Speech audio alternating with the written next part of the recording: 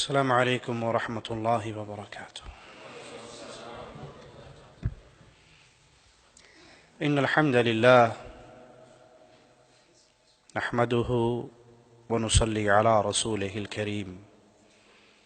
أعوذ بالله من الشيطان الرجيم. بسم الله الرحمن الرحيم. وكيف أخاف ما أشركتم ولا تخافون أنكم أشركتم بالله ما لم ينزل به عليكم سلطانا فأي الفريقين أحق بالأمن إن كنتم تعلمون.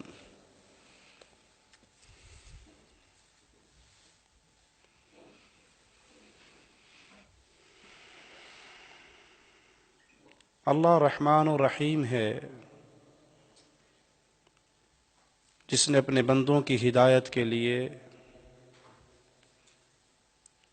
ہر دور میں انبیاء کے سلسلے کو جاری فرمایا،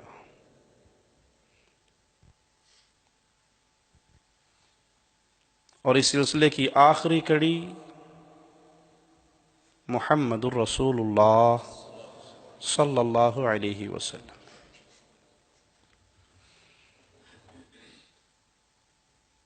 پیارے حبیب امام الانبیاء، اللہ کی طرف سے بھیجے ہوئے رسولوں میں آخری رسول، کلام الہی قرآن حکیم، اللہ مالک کی طرف سے بھیجی ہوئی کتابوں میں آخری کتاب، اور امت محمد الرسول اللہ صلی اللہ علیہ وسلم امتوں میں آخری امت ہے.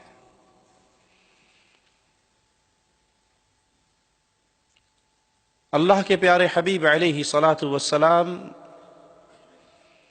ہمارے لیے وہ شریعت لے کر آئے، وہ دین لے کر آئے جو قیامت کی دیواروں تک کے لیے ہے. کوئی نیا نبی نہیں آنا تو نئی شریعت بھی نہیں آنی، نئی کتاب بھی نہیں اترنی. اور یہ شریعت محمدیہ صلی اللہ علیہ وسلم وہ عظیم شریعت ہے جس کے ماننے والوں کے لیے اس شریعت کی راتیں اتنی ہی چمکتی ہیں جتنا اس کا دن چمکتا ہے. کوئی ایسی بات نہیں جس کو اسلام نے پیاسا چھوڑ دیا ہو،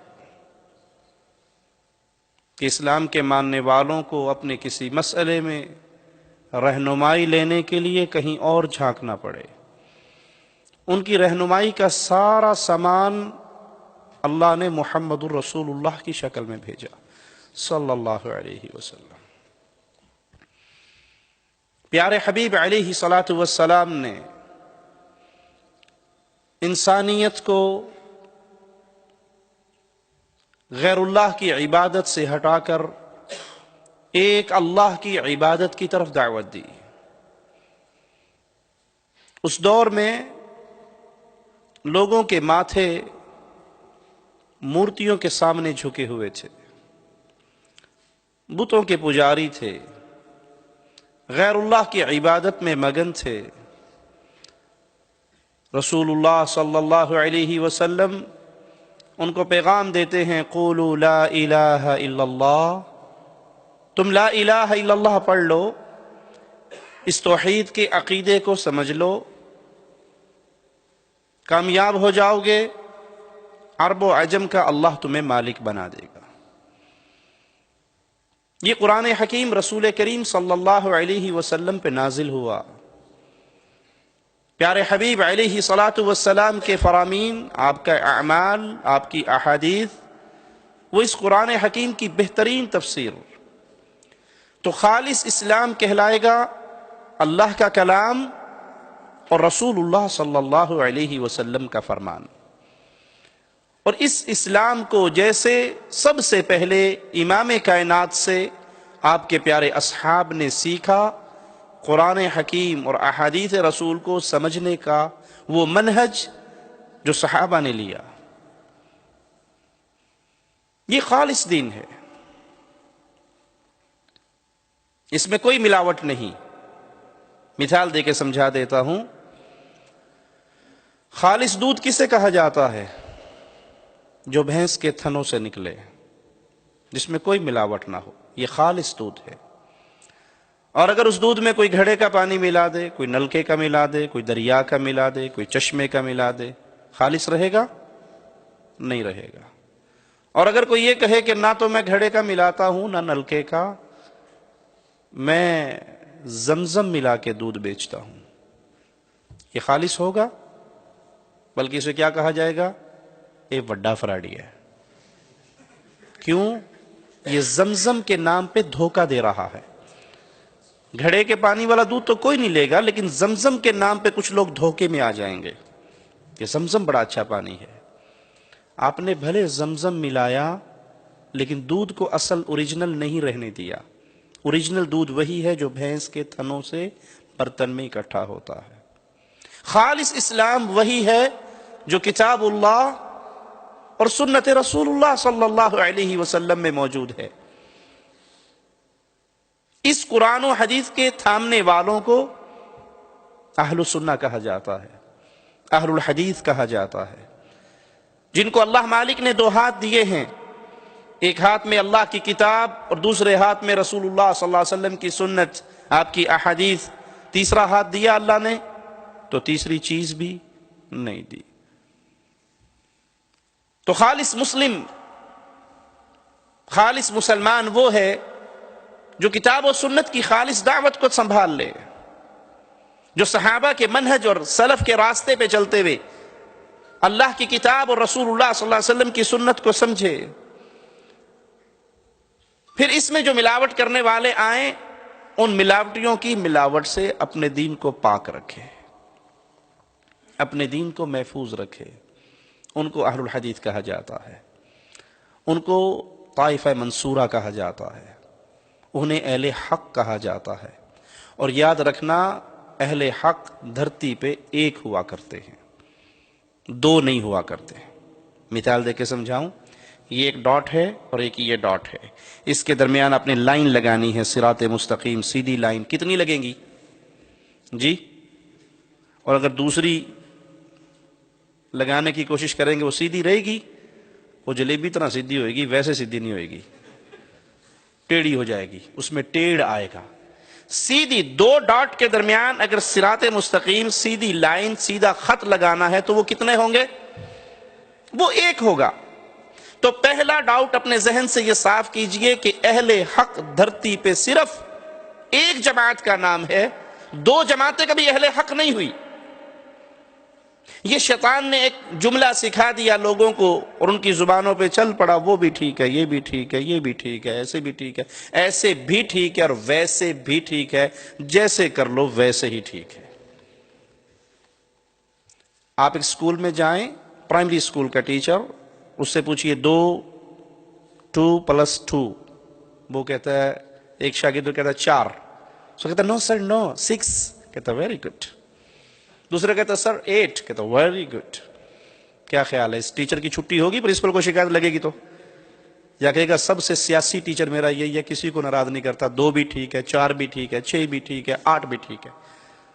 تو یہ غلط ہوا یا نہیں؟ غلط ہوا۔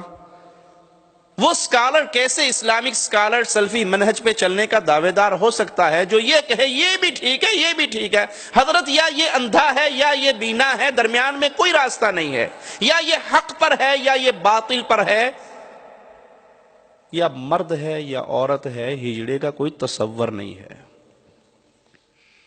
اگر یہ بھی ٹھیک اور یہ بھی ٹھیک ہوتا تو رسول اللہ صلی اللہ علیہ وسلم نے کیوں کہا قولوا لا الہ الا اللہ تفلحوا تملک العرب والعجم، لا الہ الا اللہ کہو فلاح پا جاؤ گے۔ یہ لات، یہ عزہ، یہ منات، یہ ہبل، ان کے پلے میں کچھ نہیں ہے، یہ مورتیے ہیں، یہ پتھر ہیں، یہ مخلوق ہے، یہ خالق نہیں، یہ کچھ کرنے کے قابل نہیں، یہ نفع نقصان کے مالک نہیں۔ جب رسول اللہ صلی اللہ علیہ وسلم نے اہل شرک کے سامنے، اہل مکہ کے سامنے یہ دعوت دی، مجھے اللہ کا واسطہ آپ کو دیتا ہوں مجھے جواب دیجئے، تو کیا اس وقت اس دعوت سے یہ نتیجہ نکلتا تھا کہ ابو جہل تو بھی ٹھیک ہے، ابن ابی تو بھی ٹھیک ہے، اور میں محمد رسول اللہ میں بھی ٹھیک ہوں، جڑا جتھے لگا ٹھیک ہے لگے رہو؟ یہ پیغام نکلا؟ یہی طعنہ آج اہل حق کو، اہل الحدیث کو دیا جاتا ہے، جی ان کی دعوت سے انتشار پیدا ہوتا ہے، ان کی دعوت سے افتراق پیدا ہوتا ہے۔ مجھے پوچھنے دیجئے، جو اہل الحدیث پہ یہ دھبا لگانے کی کوشش کرتے ہیں اور اس کو اپنی طرف سے ایک دھبا سمجھتے ہیں، کیا رسول اللہ صلی اللہ علیہ وسلم کے بارے میں اہل شرک نے یہ نہیں کہا تھا؟ جب سے یہ آیا ہے اور اس نے پیغام دینا شروع کیا، گھر گھر میں لڑائی ہو گئی۔ ماں اٹھ کے کہتی ہے یا تو محمد صلی اللہ علیہ وسلم کو چھوڑ دے یا میں ایڑیوں پہ رگڑ رگڑ کے ریت میں بیٹھ کے مرنے لگی ہوں۔ ماں کافرہ ہے، بیٹا مسلمان، باپ مسلم ہے اور بیٹا کہہ رہا ہے بابا 3 دفعہ تلوار اٹھی تھی، آپ کا چہرہ نظر آیا تھا، میں نے تلوار کو روک لیا تھا یہ سمجھ کے کہ باپ ہے، میری پرورش کی ہے، پالا پوسا ہے۔ کہا بیٹا تو خوش نصیب ہے، میری تلوار کے نیچے تیری گردن 1 دفعہ بھی نہیں آئی، بیٹا نہ سمجھتا، محمد کا دشمن سمجھ کے کاٹ ڈالتا۔ اگر اہل الحدیث کو یہ طعنہ دیتے ہو کہ ان کی گفتگو سے انتشار پیدا ہوتا ہے، تو میں سوال کرتا ہوں محمد الرسول اللہ صلی اللہ علیہ وسلم نے جب اہل عرب کو، اہل قریشیوں کو، اہل مکہ کو دعوت دی، کیا انتشار نہیں ہوا؟ کیا وہاں پر خاموشی رہی یا وہاں پر لڑائییں ہوئی؟ وہاں پہ فیملیاں ٹوٹ گئیں، خاندان ٹوٹ گئے، بچھڑ گئے، ملک چھوڑنے پڑے، ماں باپ کو چھوڑنا پڑا، بہن بھائیوں کو چھوڑنا پڑا، بھائی قریب سے گزر رہا ہے، سگے بھائی کو صحابی باندھ رہا ہے، اسے کہتا ہے اللہ کے دشمن کو سختی سے باندھ، اس کی ماں کے پاس بڑا پیسہ ہے، چھڑوانے کے لیے بیت المال میں بہت کچھ دے کے جائے گی۔ وہ تڑپ اٹھا، کہا میرے ماں جائے، ایک ہی چھاتی سے تو نے اور میں نے دودھ پیا ہے، ایک ہی پیٹ سے ہم نے جنم لیا ہے، یہ تو کیا کہہ رہا ہے؟ جو مجھے باندھ رہا ہے اس کو بھائی کہتا ہے، اور مجھ کو جو تیرا سگا بھائی بچپن میں تیرے ساتھ کھیلتا رہا، ایک چارپائی پہ سونے والے، ایک پلیٹ میں کھانا کھانے والے، مجھے دشمن کہتا ہے۔ کہا اس لیے کہ تو محمد رسول اللہ پہ ایمان نہیں لایا، تیرے ساتھ بھائی کا رشتہ ختم ہو کے تو دشمن بن گیا ہے، اور جو میرا بھائی نہیں تھا وہ محمدی رشتے میں جڑ کے بھائی بن گیا ہے۔ یہ طعنہ نہیں ہے، بلکہ یہ دلیل ہے اہل الحدیث کے حق ہونے کی کہ جو طعنہ ہمیں ملا ہے وہ طعنہ محمد رسول اللہ کو بھی دیا گیا تھا صلی اللہ علیہ وسلم۔ تو سب سے پہلی بات، حق ایک ہے، 2 حق نہیں۔ حق ایک ہے، 2 حق نہیں، اور وہ حق کون ہے؟ جو اللہ کی وحدانیت پہ ایمان لے کے آئے، جو اپنے ماتھے کو اللہ کے لیے جھکائے، جو عبادت اللہ کی کرے، جو اللہ کی ذات و صفات و عبادت میں کسی اور کو شریک نہ ٹھہرائے، یہ حق ہے۔ اس کے علاوہ جو کچھ ہے وہ ضلال ہے، وہ گمراہی ہے، وہ اندھیرا ہے۔ میں آپ کو مثالیں دے کے سمجھاتا ہوں۔ اہل الحدیث کہتے ہیں قل هو اللہ احد اللہ الصمد لم یلد ولم یولد، اللہ یکتا ہے، ذات و صفات و عبادت میں تنہا ہے، اللہ کا کوئی شریک نہیں ہے، کوئی پارٹنر نہیں ہے۔ ایک گروہ اٹھ کر کہتا ہے کہ نہیں ٹھیک ہے، ہم یہ آیت پڑھیں گے لیکن اس کا ترجمہ نہیں پڑھیں گے، اس کی تفسیر نہیں سکھائیں گے۔ کیوں؟ یہ تو وابیاں دا معنی نکلتا ہے۔ آیت ٹھیک ہے، آیت کو مانتے ہیں، لیکن اگر یہ کہا جائے کہ اللہ ایک ہے تو نہیں۔ ہمارے ایک مولوی صاحب کہتے ہیں کہ وہ نبی صلی اللہ علیہ وسلم اوپر سے اللہ تھے، اوپر سے بشر تھے، اندر سے وہ نور من نور اللہ تھے۔ تذکرہ غوثیہ، غوث علی شاہ قلندر قادری کی یہ کتاب ہے، اس میں وہ کہتے ہیں کہ نبی صلی اللہ علیہ وسلم نے، اور یہ من گھڑت جھوٹا قصہ ہے، نبی صلی اللہ علیہ وسلم نے پوچھا جبرائیل سے وحی کہاں سے لاتے ہو؟ کہا جی وہ سدرۃ المنتہا کے پاس رک جاتا ہوں، آواز آتی ہے لے کے آ جاتا ہوں۔ کہا کبھی دیکھا ہے آواز دینے والا کون ہے؟ کہا نہیں۔ کہا اس دفعہ جب جاؤ تو ذرا دیکھنا۔ تو جبرائیل نے پرواز شروع کی، عرش پہ پہنچے، پردہ ہٹایا، سامنے محمد بیٹھے ہوئے تھے صلی اللہ علیہ وسلم۔ انا للہ و انا الیہ راجعون۔ جبرائیل نے وہیں کھڑے کھڑے مدینے چاتی مار کے دیکھا تو وہاں بھی محمد بیٹھے ہوئے تھے، تو ہاتھ باندھ کے کھڑا ہو گیا، مینوں نہیں پتا تو او ہیں یا او تو ہیں۔ چپ چپ چپ چپ چپ چپ۔ جیڑا احد وچوں نکل کے احمد بنیا، احد اور احمد وچ کوئی فرق نہیں ہوندا، ایک ہی ہے۔ قرآن درس دیتا ہے قل هو اللہ احد، مسجد سے آواز آتی ہے الصلاۃ والسلام علیک یا نورا من نور اللہ، اے محمد صلی اللہ علیہ وسلم آپ اللہ کے نور کے میں سے بنے ہوئے پارٹنر ہیں، نور کا حصہ ہیں، نور کا ٹکڑا ہیں۔ اب مجھے بتائیے کیا دونوں حق ہو سکتے ہیں؟ حق وہ ہے جو اللہ کو تنہا مانتا ہے، جو محمد کریم صلی اللہ علیہ وسلم کو اللہ کی ذات کا شریک مانے، یا اپنے کسی پیر و فقیر و حضرت و شیخ کو اللہ کی ذات کا شریک مانتے ہوئے کہے جی چاچڑ وانگ مدینہ ڈسے کوٹ مٹھن بیت اللہ، ظاہر دے وچ پیر فریدن باطن دے وچ اللہ، آپ کو نہیں سمجھ آئے گی، بظاہر ہمارے بابا جی ہوں گے، لیکن وہ بابا جی جو ہے نا وہ بابا جی نہیں رہے، وہ اللہ کی صورت میں دنیا پہ آئے ہیں۔ ایک قوالی گاتے ہوئے کہتا ہے لوکی عرشاں تے لبدے نے رب بوری والے دے اولے آ بیٹھا۔ تم رب کو تلاش کر رہے ہو عرش پہ، اور رب تو عرش پہ ہے نہیں، وہ تو لاہور میں پیر نوری بوری والے کی شکل میں آ کے بیٹھا ہوا ہے۔ انا للہ و انا الیہ راجعون۔ اب اس کو میں کیسے کہہ دوں کہ یہ بھی ٹھیک ہے اور یہ بھی ٹھیک ہے؟ بھائی یہ کفر کا امام ہے جو یہ کہتا ہے کہ محمد اللہ کی شکل میں دنیا پہ آئے ہیں، یا پیر بابا نوری بوری والا اللہ کی شکل میں دنیا میں آیا ہے، یا بابا فرید اوپر سے بابا ہے، اندر سے وہ اللہ کے مقام پہ فائز ہو چکا ہے۔ میں کیسے اس کو اپنا بھائی سمجھوں؟ میں کیسے اس کو اپنا رہبر سمجھوں؟ میں کیسے اس کو اپنا قائد سمجھوں؟ میں کیسے اس کو مسلم کا اتھارٹی، مسلم کا حق دوں جو اللہ کی وحدانیت کو نہیں مانتا؟ میرا جملہ ہو سکتا ہے کڑوا ہے، مجھے معاف کر دینا، وہ جرم کر رہا ہے جو جرم ابو جہل نے نہیں کیا۔ آج یہ جرم عام ہو چکا ہے۔ اللہ کے بارے میں سوال کیجئے، مالک کی ذات کے بارے میں، صفات کے بارے میں، جواب ملے گا جی وہ جدھر دیکھو تو ہی تو، ادھر بھی تو، ادھر بھی تو، مسجد میں تو، مندر میں تو، عرشاں تے تو تے میرے اندر کون ہے، میرے اندر تو تے عرشاں تے کون ہے؟ تو آپ سمجھ ہی نہیں سکتے، معرفت کی بات ہے۔ بس کنتو کنزا مخفیا، میں چھپا ہوا خزانہ تھا، میں نے اپنا روپ دھارنا چاہا، تو تعالی اللہ عما یقولون، آج دنیا پہ جو کچھ ہے وہ میری ہی صورتیں ہیں۔ اللہ کی قسم، اس کفر کے بارے میں آئیے فضیلۃ الشیخ صالح الفوزان حفظہ اللہ کا جملہ سناؤں۔ کہا یہود و نصارہ کا کفر وحدت الوجود کے عقیدہ رکھنے والوں کے کفر سے کم ہے۔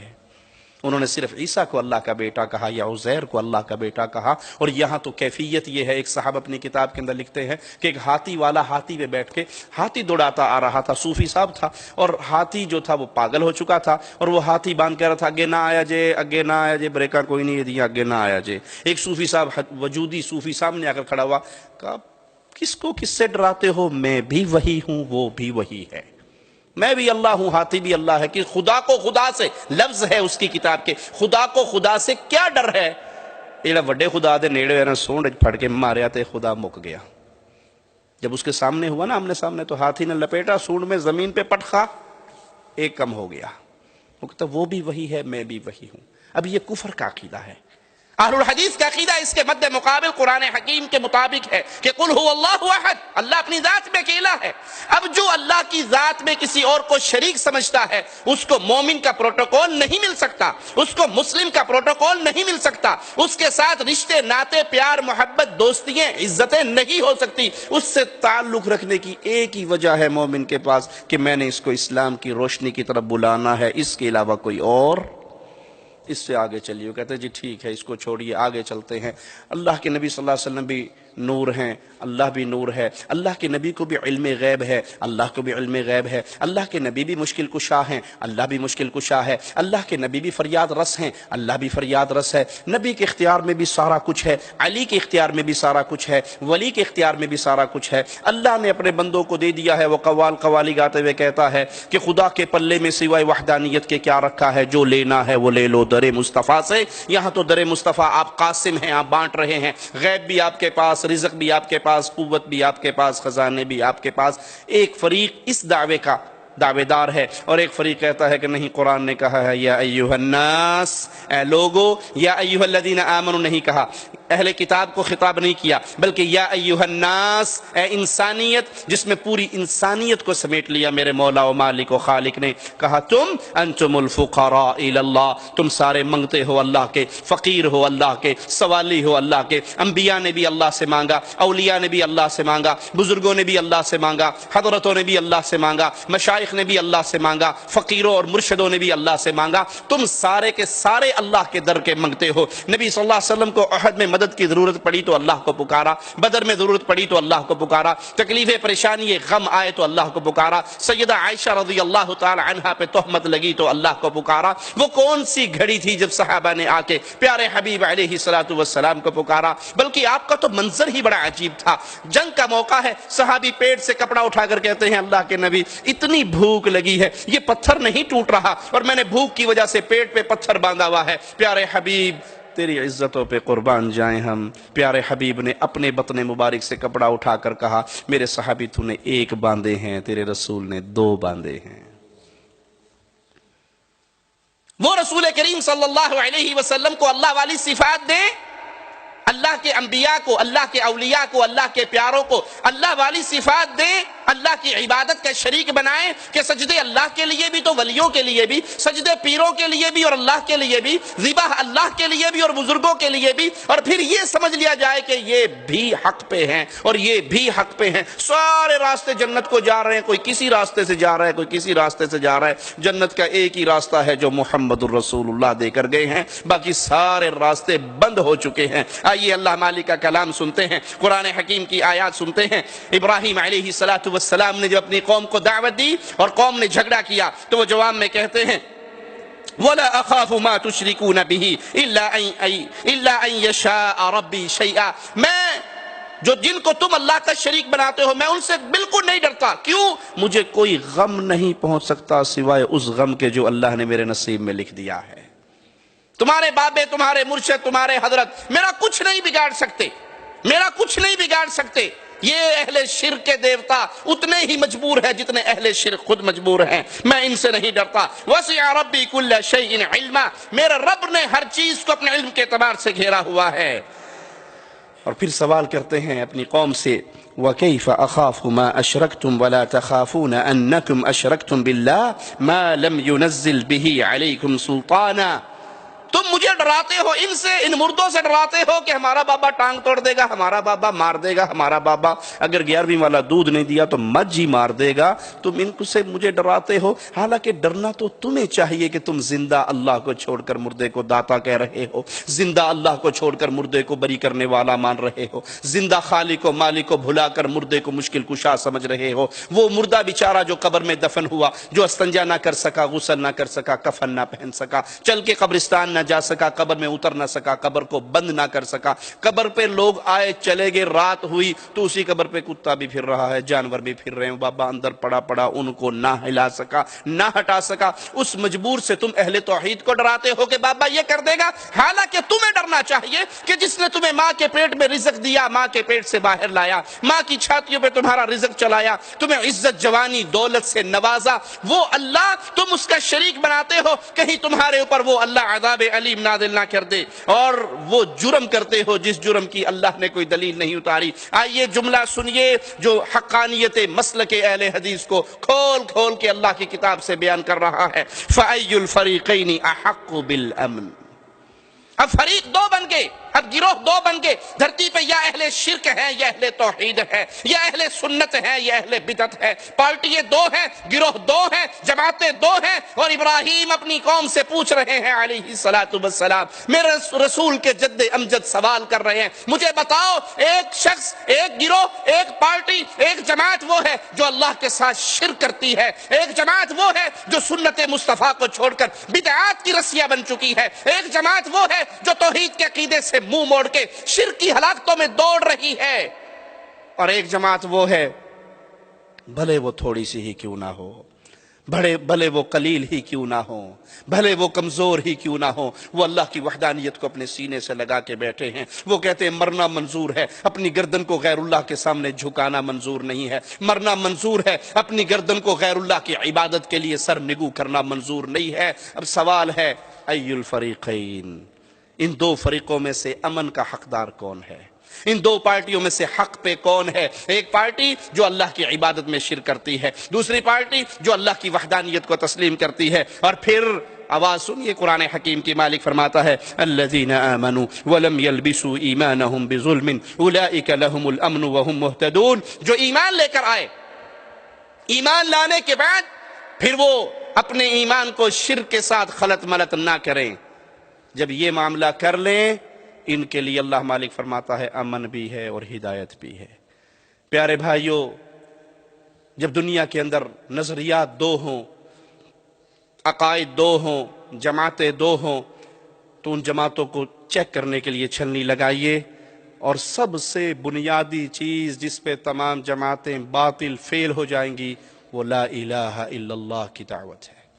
جو توحید کے عقیدے سے چمٹ جاتا ہے، جو عقیدہ وحدانیت کو اپناتا ہے، جو اس پہ جیتا اور مرتا ہے، جو اس کی بنیاد پہ دوستیاں کرتا ہے، جو اس کی بنیاد پہ دشمنیاں کرتا ہے، جس کی رشتہ داری کا سبب لا الہ الا اللہ ہے، جس کے پیار کا سبب لا الہ الا اللہ ہے، جس کی محبتوں کا سبب لا الہ الا اللہ ہے، اس کے لیے مبارک ہو۔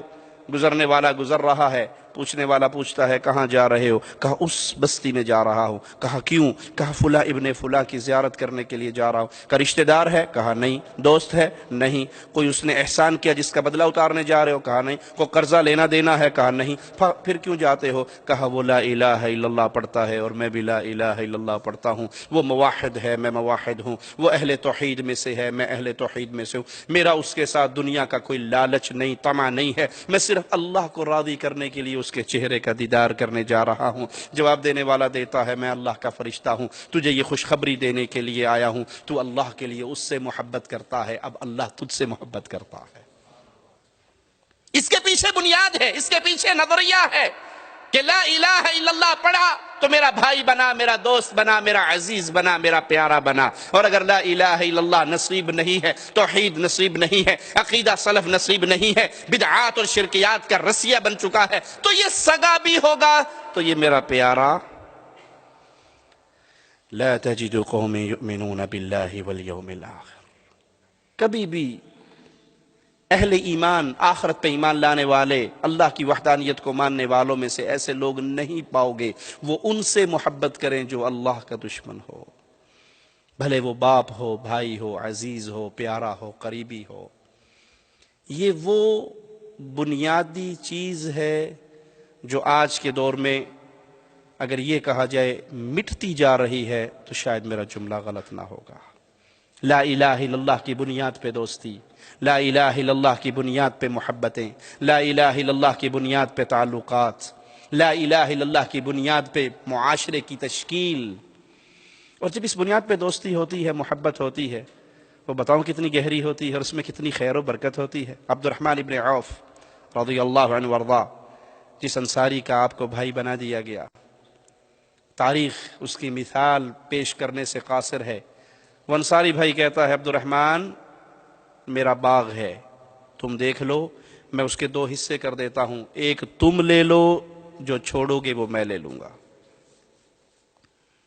میری دو بیوییں ہیں، تم دیکھ لو، جو تم چاہو گے اسے طلاق دے دوں گا، عدت گزار کے وہ تم سے نکاح کر لے گی، جو چھوڑو گے وہ میرے نکاح میں باقی رہے گی۔ کہا اللہ تیرے مال میں بھی برکت دے، اللہ تیری بیویوں میں بھی برکت دے، دلونی علی سوق المدینہ، مجھے تو صرف مارکیٹ بتاؤ، بازار کہاں ہے، میں کاروباری آدمی ہوں، اپنا معاملہ ٹھیک کر لوں گا، مجھے بازار بتا دو۔ بازار میں گئے، کاروبار کیا، اللہ نے برکت دی، اتنی برکت دی کہ چند دنوں کے بعد ہی پیارے نبی صلی اللہ علیہ وسلم زعفران کی خوشبو دیکھتے ہیں سیدنا الرحمن پر۔ کہا یہ کیا ہے؟ کہا میں نے شادی کر لی۔ کہا سبحان اللہ، شادی کر لی، مہر کتنا دیا؟ کہا سونے کی کھجور کی گٹھلی کے برابر میں نے سونا مہر دیا۔ کہا پھر ولیمہ بھی ضرور کرنا الرحمن، لگتا ہے کہ تم مٹی میں ہاتھ ڈالتے ہو، اللہ اس کو بھی سونا بنا دیتا ہے۔ کہا میرے رسول کی دعا کی یہ برکت ہوئی، میں نے اگر پھر کبھی مٹی میں بھی ہاتھ ڈالا، یعنی ایسے کاروبار میں ہاتھ ڈالا جس میں پرافٹ کی کوئی امید نہیں تھی، رب نے وہاں سے بھی سونا ہی عطا کیا۔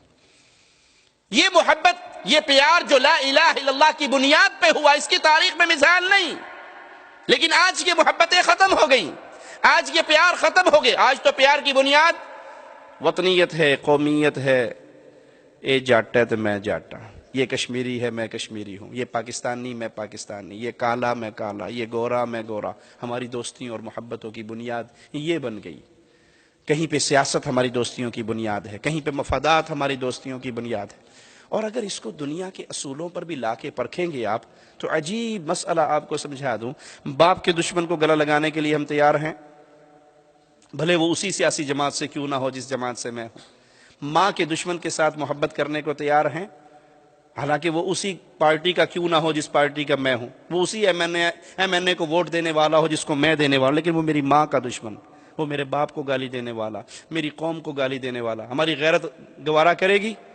بلکہ بعض دفعہ پارٹیاں اس لیے چھوڑ دی جاتی ہیں کہ اس پارٹی میں میرا دشمن آ گیا، شریک آ گیا، اس دشمن کی وجہ سے پارٹی چینج کر لی جاتی ہے۔ اور ایک وہ دشمن ہے جو رب کو گالیاں دیتا ہے، ایک وہ دشمن ہے جو اللہ کی وحدانیت میں شرک کی ملاوٹ کا جرم کرتا ہے، ایک وہ دشمن ہے جو آواز لگاتا ہے، قوالیاں گاتا ہے اور کہتا ہے زہرا کو دلہن بناؤ دوستو کہ ہم نے حیدر کرار کو دلہا بنایا ہے، لڑکا ہے خدا کے گھر کا، لڑکی ہے مصطفیٰ کے گھر کی۔ اور ہم کہتے ہیں کوئی بات نہیں، سیاسی طور پہ تو ہماری جماعت کا ہے نا، مذہبی طور پہ تو بعد کی باتیں ہیں، وہ حالات ایسے نہیں ہیں کہ اس طرح کی گفتگو کی جائے۔ ان کو اپنے سینے سے لگایا جاتا ہے جن کی کتابوں میں للہ ثم للتاریخ موسوی کی کتاب ہے، اس کے اندر یہ لفظ موجود ہیں۔ اگر یہ مسئلہ، یہ حقانیت کی باتیں آپ کو سمجھانا، منہج سلف پہ چلانا مقصود نہ ہوتا، میں اس کفر کے جملے کو اپنی زبان پہ نہ لاتا۔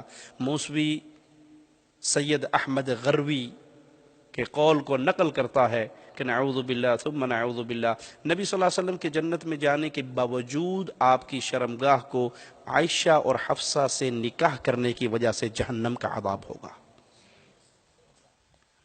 اور پھر میں کہوں کہ کوئی بات نہیں، کوئی بات نہیں، یہ بھی ہمارے ہیں اور یہ بھی ہمارے ہیں اور ہم بھی ہمارے ہیں۔ عبداللہ ابن عمر رضی اللہ عنہ کے پاس ایک شخص آتا ہے، کہتا ہے فلاں علاقے سے آیا ہوں، فلاں آدمی نے آپ کو سلام کہا ہے۔ کہا اس نے مجھے سلام کہا ہے؟ کہا ہاں، میں نے سنا ہے وہ تقدیر کا منکر ہے۔ کس کا منکر ہے؟ تقدیر میں کلام کرتا ہے، تقدیر کا انکاری ہے۔ کہا بات ٹھیک ہے۔ کہا جب واپس جانا تو اسے عبداللہ ابن عمر کا سلام نہ کہنا، اسے عبداللہ ابن عمر کا سلام نہ کہنا، بلکہ یہ کہنا کہ ابن عمر تم سے بری ہے، تیرا میرا کوئی رشتہ نہیں ہے۔ اور مومن مومن سے بری نہیں ہوا کرتا، کسی کے عمل سے برات تو ہو سکتی ہے لیکن کلی برات نہیں ہو سکتی۔ ابن عمر اس سے برات کر رہے ہیں جو تقدیر کا منکر ہے، جو تقدیر کا انکار کرے اس سے ہمارے صحابہ نے، پیارے نبی کے اصحاب نے برات کر کے امت کو درس دیا محبت اور پیار اور دوستی کی وجوہات کا، بنیادوں کا۔ اور جو پوری اللہ کی وحدانیت کے عقیدے کا انکار کرے، جو قبروں کے اوپر عرس لگانے کا ذمہ دار بنے، ہم اس کو اپنا قائد اور رہبر بنا لیں، ہم اس کی ہاتھوں میں ہاتھ ڈال کے اس کے جلوسوں میں شریک ہو جائیں اور پھر یہ سمجھے ہم اہل الحدیث ہیں۔ پیارے بھائی، اہل الحدیث کسی خاندان کا نام نہیں ہے کہ جٹ اس میں آ گیا، جٹ ماں باپ کا بیٹا جٹ ہی رہے گا۔ جو منہج سلف پہ باقی رہے گا وہ اہل الحدیث ہے، اور جو منہج سلف کو چھوڑ دیتا ہے، جو صحابہ کے فہم کو چھوڑ دیتا ہے، جو اہل شرک کو اپنی چھاتیوں سے لگاتا ہے، جو اہل کفر سے دوستیوں کے ہاتھ بڑھاتا ہے اور عقیدے کو بھلا کر، ایمان کو بھلا کر، توحید کو بھلا کر، رسول اللہ کی غیرت کو بھلا کر، صحابہ کی عصمت اور عزت کو بھلا کر، امہات المومنین کی عزتوں کو بھلا کر وہ کہتا ہے مفادات ہے، معاملات ہیں، حالات ہیں، تقاضے ہیں، تو اللہ کی قسم اسے اجازت ہے جو چاہے کرے، لیکن اپنے نام کے ساتھ اہل الحدیث کے نام کو بدنام نہ کرے۔ یہاں حق ایک ہے اور وہ ہے جس پر مہر مل جائے محمد الرسول اللہ صلی اللہ علیہ وسلم کی، اور جو عمل، جو کردار، جو بات پیارے حبیب علیہ الصلوۃ والسلام کے عمل سے خالی ہوگی تو پھر وہ فریق اہل توحید کا فریق نہیں ہوگا، وہ اہل توحید کی جماعت نہیں ہوگی، وہ اہل توحید کے افراد نہیں ہوں گے جو منہج اصحاب رسول اللہ صلی اللہ علیہ وسلم سے اپنے دامن کو ہٹا لیں۔ ایک محدث کو بتایا جاتا ہے فلاں بدعتی مرا، فلاں اہل سنت کے نوجوان نے اس کے جنازے کو کندھا دیا، کہا جب یہ مرے گا تو مجھے بتانا، میں اس کو غسل بھی نہیں دوں گا۔ جو اللہ کی وحدانیت کے عقیدے کو شرک کی غلاظتوں سے برباد کرنے پہ تلا ہوا ہو، جو رسول اللہ صلی اللہ علیہ وسلم کی سنت کو بدعات کے ذریعے مٹانے کے در پہ ہو، میں اس ایمان و عقیدے کو بھلا کر اس کو اپنے ساتھ لگا کے چلوں اور پھر یہ سمجھوں کہ میں حق پہ چل رہا ہوں، تو اللہ کی قسم یہ خواب ہے، یہ حقیقت نہیں ہے۔ حق یہ ہے کہ تولا جائے گا عقائد کو، پرکھا جائے گا اصحاب رسول اللہ صلی اللہ علیہ وسلم کے راستے کو۔ پیارے حبیب علیہ الصلوۃ والسلام کا، آپ کے اصحاب کا منہج آپ کے سامنے ہے۔ ایک ایک مسئلے میں وہ دلیل تلاش کیا کرتے تھے رسول اللہ صلی اللہ علیہ وسلم کے عمل کی، آپ کے فرمان کی۔ کسی صحابی کا کوئی عمل، کوئی قول اگر انہیں پتہ لگ جاتا یہ حدیث کے خلاف ہے، اس سے رجوع کرتے تھے یا نہیں؟ 3 صحابہ آئے تھے نبی صلی اللہ علیہ وسلم کے گھر میں، 3 افراد آئے تھے اصحاب میں سے، ایک نے کہا تھا ساری رات جاگوں گا، دوسرے نے کہا تھا شادی نہیں کروں گا، تیسرے نے کہا تھا افطاری نہیں کروں گا، مسلسل روزے رکھوں گا۔ پیارے نبی صلی اللہ علیہ وسلم کو خبر ہوئی، آپ آئے، روکا، منع کیا اور کہا میں سب سے زیادہ اللہ سے ڈرنے والا ہوں، سب سے زیادہ اللہ کی معرفت رکھنے والا ہوں، میں نماز بھی پڑھتا ہوں، رات کو سوتا بھی ہوں، روزے بھی رکھتا ہوں، افطار بھی کرتا ہوں، بیویاں بھی ہیں ان کے حق بھی ادا کرتا ہوں۔ من رغب عن سنتی فلیس منی، جس نے میرے راستے کو چھوڑ دیا اس نے محمد کریم صلی اللہ علیہ وسلم کی راہ کو چھوڑ دیا۔ تو صحابہ کا طرز کیا تھا کہ حرف آخر، آخری بات کس کی ہے؟ پیارے حبیب محمد رسول اللہ صلی اللہ علیہ وسلم کی۔ آپ کے سامنے ایک ایسا شخص آتا ہے جو کہتا ہے جی بات تو ٹھیک ہے، حدیث میں تو ہے، پر یہ حدیث ہمارے مذہب کے خلاف ہے۔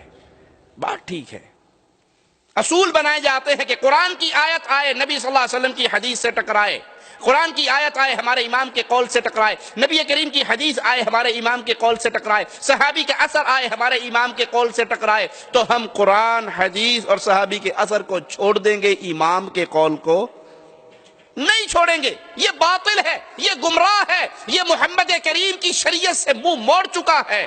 جو اپنے پیروں کے بارے میں کہتا ہے کہ حق وہی ہے جو رشید احمد کی زبان سے نکلتا ہے، اور اس دور میں نجات ملے گی تو رشید احمد کے راستے پہ چلتے ہوئے ملے گی۔ اللہ کی قسم یہ اہل ایمان کا گروہ نہیں ہے، یہ اہل توحید کی راہوں کے راہی نہیں ہے، یہ صحابہ کے وارث نہیں ہیں۔ صحابہ کے وارث تو وہ ہیں، ابن عمر کو پتہ لگا بابا نے منع کیا ہے حج تمتع نہ کرو، میں کروں گا۔ تیرے بابا نے منع کیا، کہا قانون میرے بابا کا نہیں، فاطمہ کے بابا کا چلتا ہے۔ یہ صحابہ کا منہج ہے، یہ ان کا عقیدہ ہے، یہ ان کا طرز ہے کہ اگر نبی کی بات سے کسی کی بات ٹکرا جائے، امام مالک رحمہ اللہ درس دیتے ہوئے گئے، ہر کسی کی لی جا سکتی ہے، چھوڑی جا سکتی ہے، سوائے جو یہ قبر میں آرام کر رہے آمنہ کے لال، اس کی کوئی بات چھوڑی۔ اب اس فہم کے خلاف کوئی لے کر آئے، اس کا وہ فہم باطل ہے، اس کا وہ گروہ باطل ہے، اس کی وہ جماعت باطل ہے، اس کا وہ عقیدہ باطل ہے، اس کے ساتھ پیار و محبت کی فضا اسی وقت قائم ہوگی جب وہ لوٹ کے آئے گا اس دین پر جو دین ہمیں محمد الرسول اللہ نے دیا صلی اللہ علیہ وسلم۔ اور خوش نصیب ہے وہ جو فتنوں کے ایام میں پیارے نبی کی لائی ہوئی شریعت سے چمٹ جائے، خوش نصیب ہے وہ جو فتنوں کے ایام میں اس منہج سے چمٹ جائے جو محمد الرسول اللہ صلی اللہ علیہ وسلم کا دیا ہوا ہے، اور بد نصیب ہے وہ جو اپنے مفادات کی راہوں میں ایسا ڈوب جائے کہ اسے پیارے نبی صلی اللہ علیہ وسلم کی لائی ہوئی شریعت کا کوئی غم، کوئی فکر نہ رہے۔ اور جو اس فتن کے ایام میں پیارے نبی کی شریعت پہ پورا چلنے کی کوشش کرے، پورا چلے، اس منہج سے چمٹا رہے، اس کی حیثیت کیا ہے؟ آپ علیہ السلام نے فرمایا کہ اس کو پھر 50 انسانوں کے برابر اللہ ثواب دے گا۔ کہا 50 ہم میں سے یا ان میں سے؟ کہا بل منکم، تم میں سے۔ اس کو ملے گا جو فتنوں کے ایام میں، جب ہر طرف یہ چل رہی ہے، جب جتنا لگا ٹھیک لگا، کسی کو کچھ نہ کرو، کسی کو کچھ نہ کرو، سوری، حالات، واقعات، معاملات، مفادات، گلاں، اس نے اپنی قبر میں جانا، میں نے اپنی قبر میں جانا ہے۔ بھائی اس نے تو اپنی قبر میں جانا ہے، اگر میں نے اس کو شرک کرتے ہوئے نہ روکا میری اپنی قبر خراب ہو جائے گی۔ پیارے حبیب علیہ السلام نے فرمایا میری امت کی مثال 2 منزلہ کشتی والوں کی طرح ہے، نیچے والے اوپر آتے ہیں پانی لینے کے لیے، اوپر آتے ہیں پانی لینے کے لیے، اوپر والوں کو تکلیف ہوتی ہے، نیچے والوں میں سے فقی اٹھتا ہے کہتا ہے ان کو ویسے ہم تنگ کر رہے ہیں، تھلے ہی موری کرنے ہیں۔ وہ چھینی لے کے بیٹھ گیا توڑی مارنے کے لیے، ٹھک ٹھک ٹھک شروع ہو گئی، اوپر والا نیچے ہے، یہ پہ کیا کرنے ہو؟ اور جی تواڈے کو لانے تنگ ہونے نا، سی اپنی کشتی موری کرنے، تواڈی کشتی سے نہیں کی تھی نا، اپنی چ کرنے نا۔ انہوں نے کہا چلو ٹھیک ہے، تسی اپنے دین تے چل دے رہو، جو جہاں لگا ہے ٹھیک لگا ہے، 2 × 2 4 بھی ٹھیک ہے، 8 بھی ٹھیک ہے۔ جب ماشاءاللہ وہاں سے پانی آئے گا تو صرف نیچے والے مریں گے نا، اوپر تک تو پانی نہیں پہنچے گا، دونوں کا بیڑا غرق ہوگا یا نہیں ہوگا؟ قربان جاؤں پیارے حبیب محمد رسول اللہ صلی اللہ علیہ وسلم کی مبارک زبان پر کس طرح مسئلے سمجھا دیے پیارے حبیب علیہ السلام نے۔ اے میرے بھائی، اگر آپ نے اپنے بھائی کو شرک کرتے ہوئے چھوڑ دیا، بدعت کرتے ہوئے چھوڑ دیا، گناہ کرتے ہوئے چھوڑ دیا، دین اسلام پر چھریے چلاتے ہوئے چھوڑ دیا، یہ کہہ کے کہ میں ٹھیکیدار نہیں ہوں، تو جب ہلاکت کا کوڑا برسے گا تو نہ روکنے والا بھی نہیں بچے گا۔ یہ کلمہ پڑھنے کے بعد ہر مومن جب تک اسلام کا ٹھیکیدار اپنے آپ کو نہیں سمجھتا اس کے دل میں ایمان پورا نہیں ہوتا۔ مثال دے کے سمجھاؤں، آپ کا گھر ہے، اس کی باؤنڈری وال ہے، پڑوسی آتا ہے روز اس پہ سے ایک بلاک اتار کے اپنے گھر لے جاتا ہے.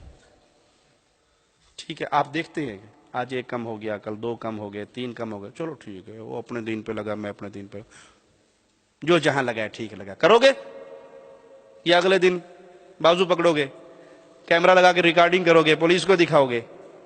کیوں؟ وہ آپ کی پراپرٹی ہے, وہ آپ کا مال ہے, آپ کو اس پہ غم اور دکھ ہوگا. میرا مال خراب کیا, میری پراپرٹی خراب کی جا رہی ہے.